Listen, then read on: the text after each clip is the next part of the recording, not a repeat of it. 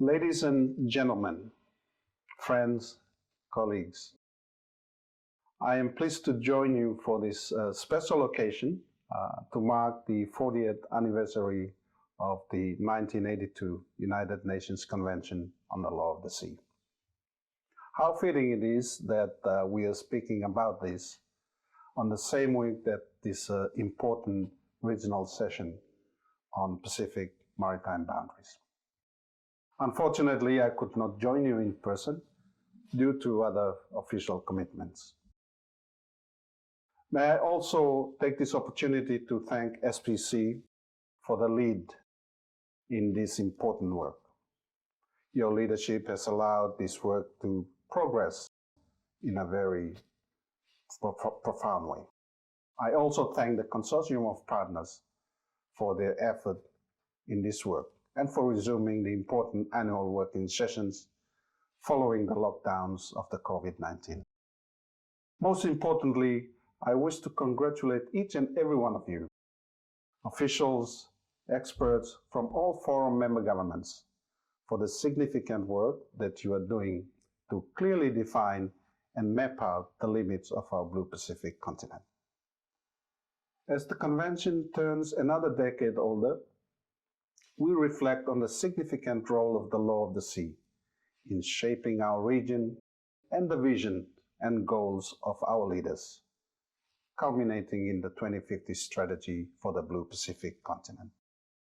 The convention enjoys a significant legacy in our Blue Pacific.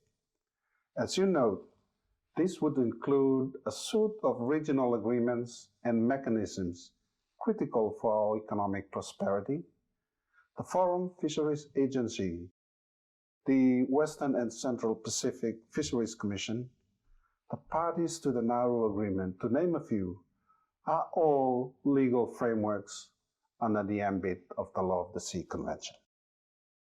Today, the oceans are becoming unprecedented pressure from the loss of living coral, increase in plastic pollution, overexploitation of fish stocks, oceans acidification, sea level rise, and other climatic impacts. And I would add to that the significant and urgent threat of nuclear contamination, with present examples relating to the nuclear waste storage facility on Runit Islands in the Republic of the Marshall Islands, as well as Japan's plans to discharge over 1 million tons of nuclear wastewater into the Pacific Ocean. But I remain hopeful that we can resolve these issues with Japan through peaceful dialogue and without having to resort to legal measures.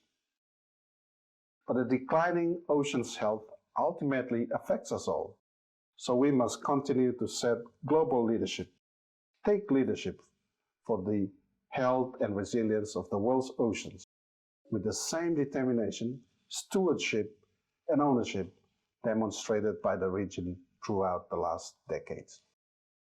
Following COP27, where key focus was loss and damage, we feel a great sense of heightened urgency to finalize our maritime boundaries in order to safeguard our homes, our peoples, and their futures. This is particularly critical to the success of the leaders' declaration on preserving maritime zones in the face of climate change-related sea level rise, which we assert is fully, deeply rooted in the Law of the Sea Convention. Colleagues, let us continue to reaffirm our commitment to the Law of the Sea, to UNCLOS, and the rules and principles of general international law that underpin it. Despite its shortcomings, the Convention may be the only thing that stands between order in the use of ocean spaces and chaos. I wish you the best for the remainder of your time in Sydney, and we look forward to supporting you in the coming months to advance the important work under the Convention that benefit the oceans and the livelihoods that depend on it. Inaka Wakalevu, and see you all soon.